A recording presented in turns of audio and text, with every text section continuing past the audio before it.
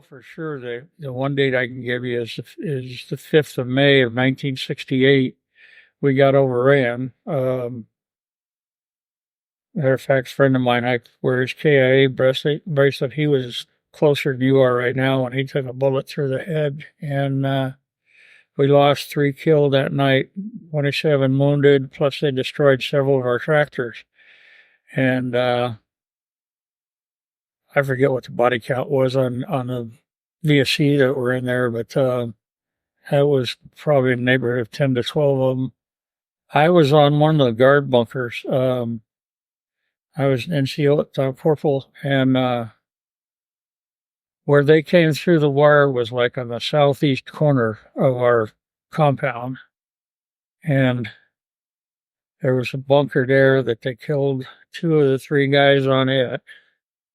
And then as they moved into our camp, then the next bunker up was on the west side, or the east side, by the tractor gate that went out onto the beach. Or we went out that way, and then depending what direction we wanted to go. And what they called me on at our bunker, which we were the next one up the line, and they said they wanted to get the gate open down there because they had tractors going out with wounded.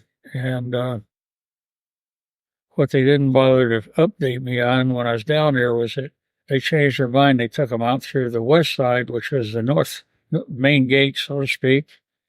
And right where that bunker was on the east side was right on the beach. And probably 150 yards in from it was the staff NCO club. And there was, they had one of the enemy trapped in there, and there was a firefight going on. And that's when Ron got killed. And that was about 3 o'clock in the morning of the 5th, May 5th. And the only time before that was, remember the date well, it was March 14th of 68.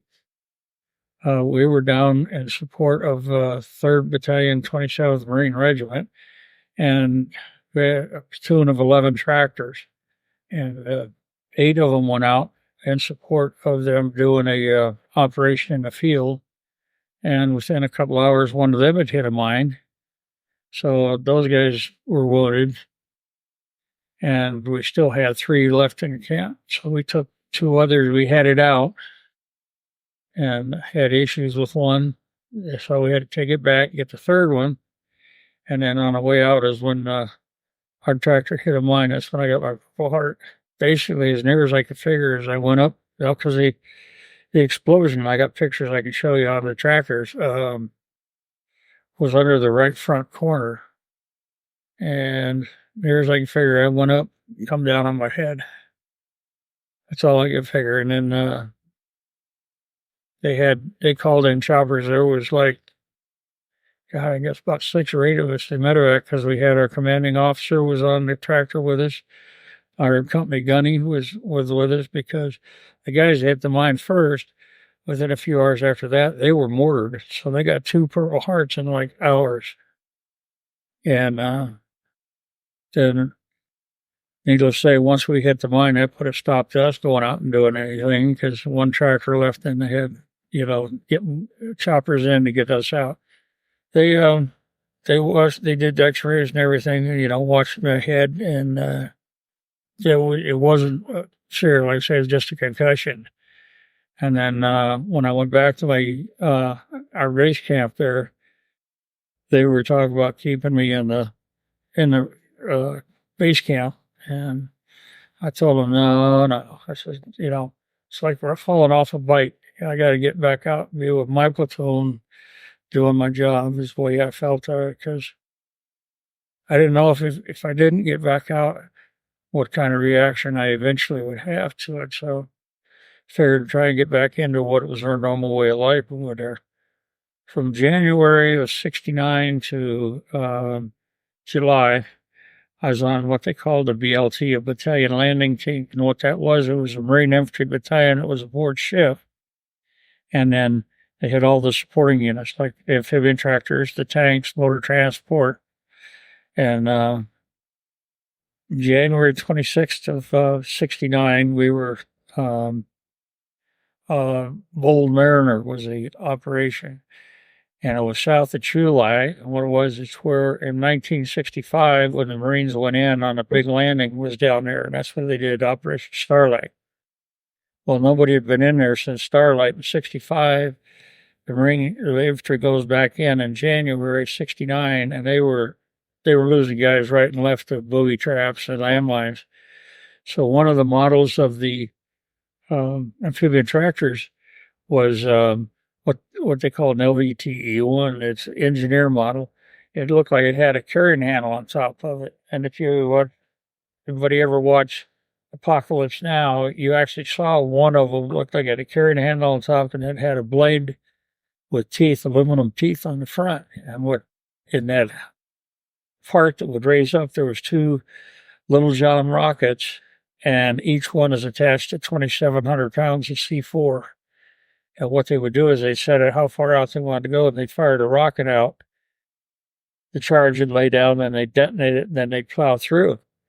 Well, they had modified the line charge. It was a new model of it, and this is the first time they used it. And they actually had a captain flew in from Okinawa, and they went up on the hill. There were 7 guys in there, and they fired the first one out, and the line charge got about halfway out and detonated.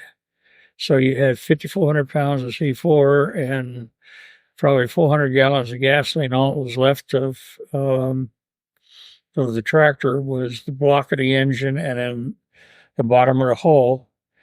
And our foreman went up on the hill to retrieve bodies.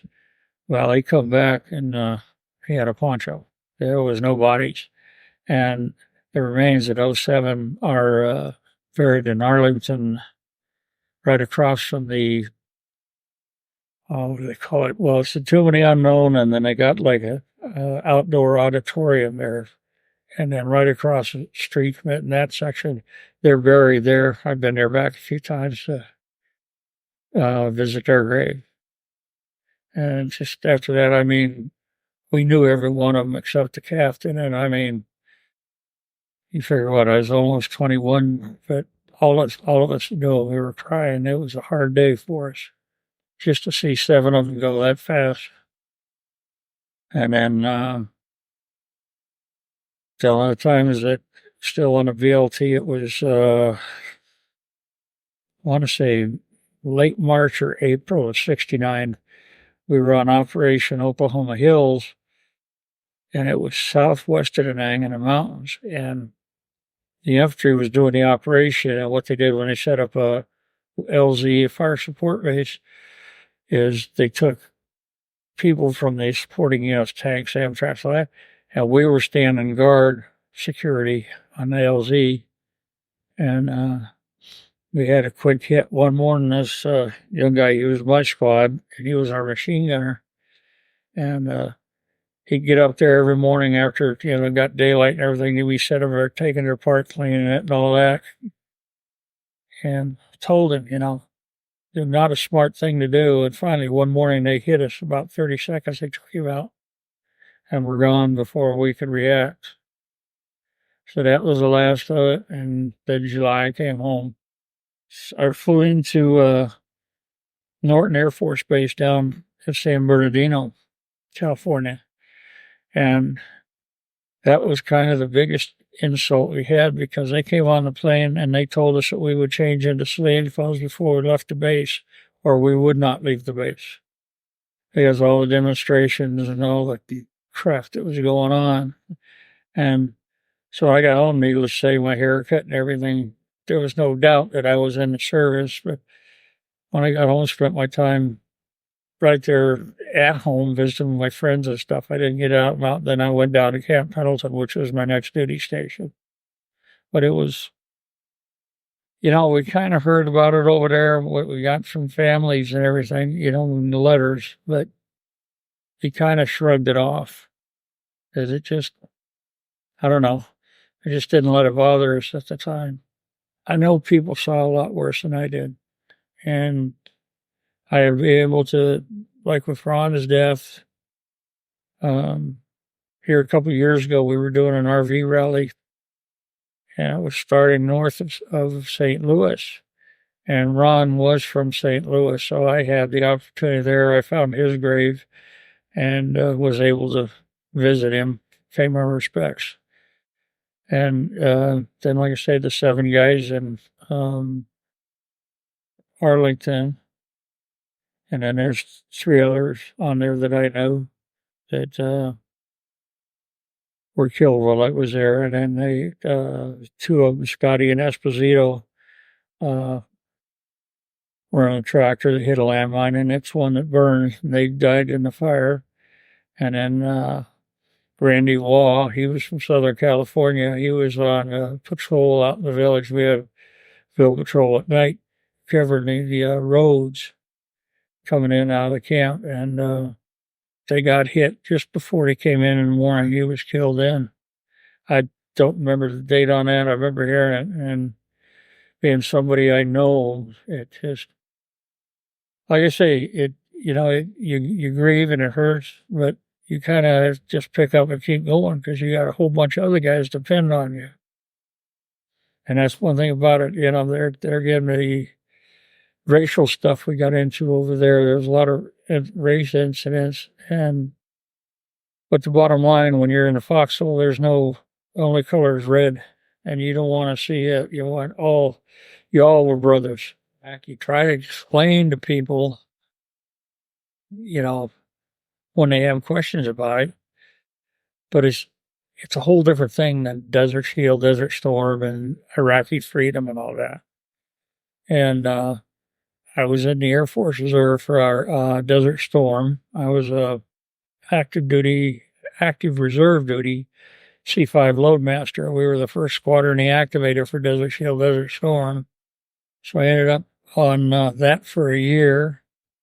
And I was on the crew, took the first load of firefighting into Kuwait, and the things we saw there, it was through the smoke, over fires and everything, and to see the damage they did was just, it brought back memories. But when we first got activated, over half my squadron, pilots, flight engineers, and loadmasters, were Vietnam vets. And basically we said, oh God, here we go again. And then to see the way the government, the people came out in support of us, we're glad to see it.